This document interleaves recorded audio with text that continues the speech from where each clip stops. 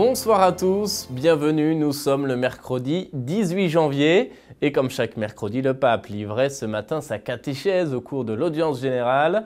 Il a poursuivi son cycle de réflexion sur l'espérance chrétienne en s'attardant cette fois-ci sur le lien entre la prière et l'espérance. On écoute un résumé de sa catéchèse. Frères et sœurs, le récit du prophète Jonas nous enseigne que la prière, motivée par l'espérance, nous obtient le salut de Dieu. Lorsque, dans la tempête et devant la mort imminente, les marins faisaient l'expérience de leur fragilité, ils demandaient à Jonas de prier pour eux. L'espérance se faisait alors prière. Peut-être que Dieu s'occupera de nous pour nous empêcher de périr. En réponse à leur espérance, non seulement ils ne périssent pas, mais ils reconnaissent le vrai et unique Seigneur. De même, les habitants de Ninive firent pénitence et évitèrent la destruction de leur ville en espérant le pardon de Dieu. Qui sait si Dieu ne se ravisera pas, et alors nous ne périrons pas. Ainsi, à la lumière du mystère pascal, la perspective de la mort peut devenir pour chacun de nous l'occasion de connaître l'espérance et de rencontrer le Seigneur. Direction à présent la Terre Sainte, en Israël plus exactement, où le message du pape a fait écho dimanche dernier lors de la journée mondiale du migrant et du réfugié.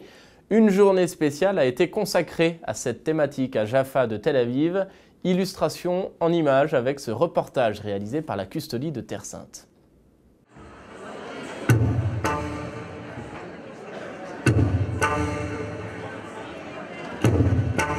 Mineurs, migrants, vulnérables et sans voix, c'est le thème du message du pape François pour la journée mondiale du migrant et du réfugié célébrée dimanche 15 janvier.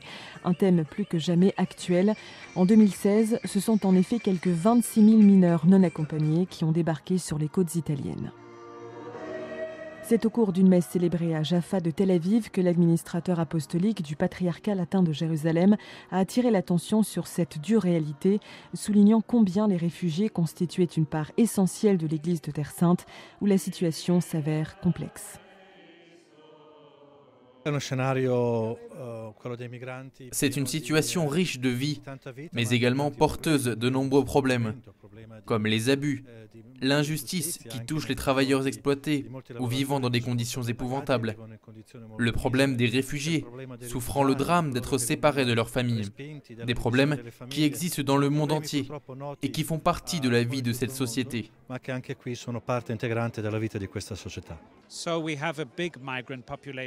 Nous avons de nombreux immigrés au sein de la population locale, mais surtout au sein de notre Église. Aujourd'hui, nous avons en Terre Sainte, c'est-à-dire en Israël, 227 000 migrants, parmi lesquels 150 à 160 000 chrétiens, dont 60 000 catholiques latins. Seuls 25 000 d'entre eux ont la citoyenneté israélienne. Nous avons donc 60 000 migrants de plus à accueillir. Un jour de fête pour oublier pendant quelque temps les difficultés, un jour pour contempler la richesse des traditions culturelles différentes, une véritable mosaïque dans laquelle chaque pièce possède une beauté bien particulière. Cela signifie beaucoup de choses pour nous migrants. C'est un jour pour être ensemble, pour rendre grâce à Dieu de nous avoir conduits ici et de nous avoir unis comme frères et sœurs sur cette terre.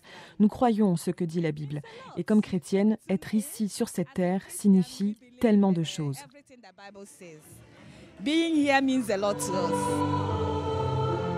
Pour ces personnes qui, à cause de la guerre ou des persécutions, sont contraintes de fuir leur pays, la terre de Jésus est un lieu où elles peuvent tout recommencer. Ceci est le lieu où notre espérance trouve ses racines, qui vivent une situation difficile, avec le sourire, avec leur joie de vivre, nous font comprendre que l'ombre de la mort et de la peur ne peuvent éteindre la joie qui existe dans leurs yeux et dans leur cœur.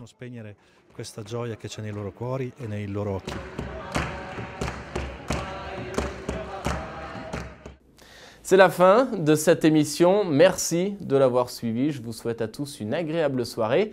À demain.